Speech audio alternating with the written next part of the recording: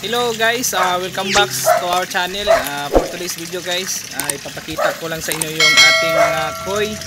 So ayan guys, blessed po tayo ngayong araw dahil may nag-avail sa ating koi ngayon. So papakyawin nila itong ating koi na almost kasing laki ng litro ng mga parikoy. Nasa mga 10 pieces po ito mga parikoy at package ko na ibinigay sa kanila mga parikoy. Sana sa bagong owner ito mga parikoy at malagaan nila ito ng maayos at saka mapalaki pa nila ng gusto itong ating mga koi, variety ng ating koi.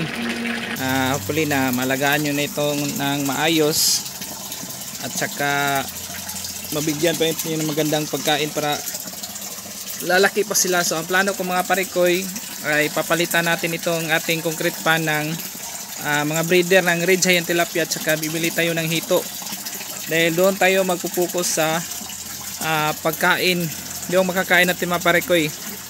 Tsaka na siguro ako bibili ng maliliit na mga koi pag okay na yung ating mga lagayan at saka hindi na ganong busy yung ating trabaho mga parikoy. So ayan lang mga parikoy. Bali ito pala yung gagamitin nating pang deliver ng ating mga in order na yung koi natin mga parikoy. Yan, may palanggana tayo at isang tab. Dito natin nilagay yung mga koi natin para maayos silang may deliver sa kanilang bagong may-ari. Yan guys, kukunin natin yung ating mga koi na in order natin sa atin ngayon mga parikoy.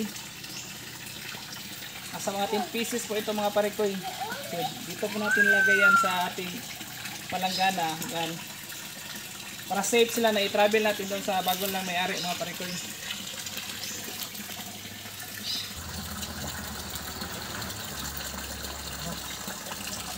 Ayan.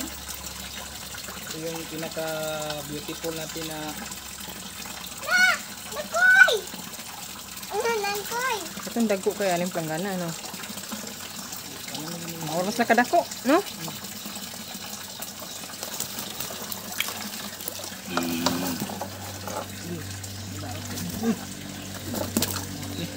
Nakoy!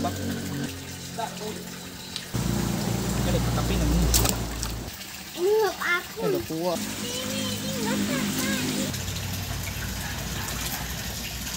Nay balde dito sa balay. Dire? So, dara na ko tab. Oh my god. Nabasa yung floor. Sige lang, kaya na. Ano ba yung mga dagko kaya? Ang kuwan dito, okay ba ang tubig dito? Na nakapundo na mo daan? Bagong tubig. Dili na siya sa nawasa kanang ni-chlorine? Wala. Spring mo din no? Normal ra gyud nga tubig. Parehara sa muana dito. Nya, to ni i-plaster dito. Ta.